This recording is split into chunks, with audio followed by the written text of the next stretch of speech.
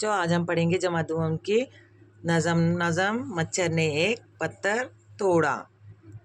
मच्छर ने एक पत्थर तोड़ा। मच्छर ने एक पत्थर तोड़ा। पत्थर में से निकला घोड़ा। पत्थर में से निकला घोड़ा। घोड़े ने कुछ खीर पकाई। घोड़े ने कुछ खीर पकाई। खूब मजे ले लेकर खाई। खूब मजे ले लेकर खाई। इतने में एक उल्लू आया। इतने में एक उल्लू आया। उल्लू ने ये खेल दिखाया। उल्लू ने ये खेल दिखाया। उसने अपनी मुट्ठी खोली। उसने अपनी मुट्ठी खोली। मुट्ठी में से निकली झोली। मुट्ठी में से निकली झोली। झोली में से निकली बिल्ली। झोली में से निकली बिल्ली। बिल्ली चलकर आई दिल्ली। बिल्ली चलकर आई दिल्ली। दिल्ली में कुछ मक्खन पाया। दिल्ली में कुछ मक्खन पाया। ये मक्खन मच्छर ने खाया। ये मक्खन मच्छर ने खाया। मच्छर ने फिर छुट्टी पाई। मच्छर ने फिर छुट्टी पाई। नैयर ने ये नज़म सुनाई। नैयर ने ये नज़म सुनाई।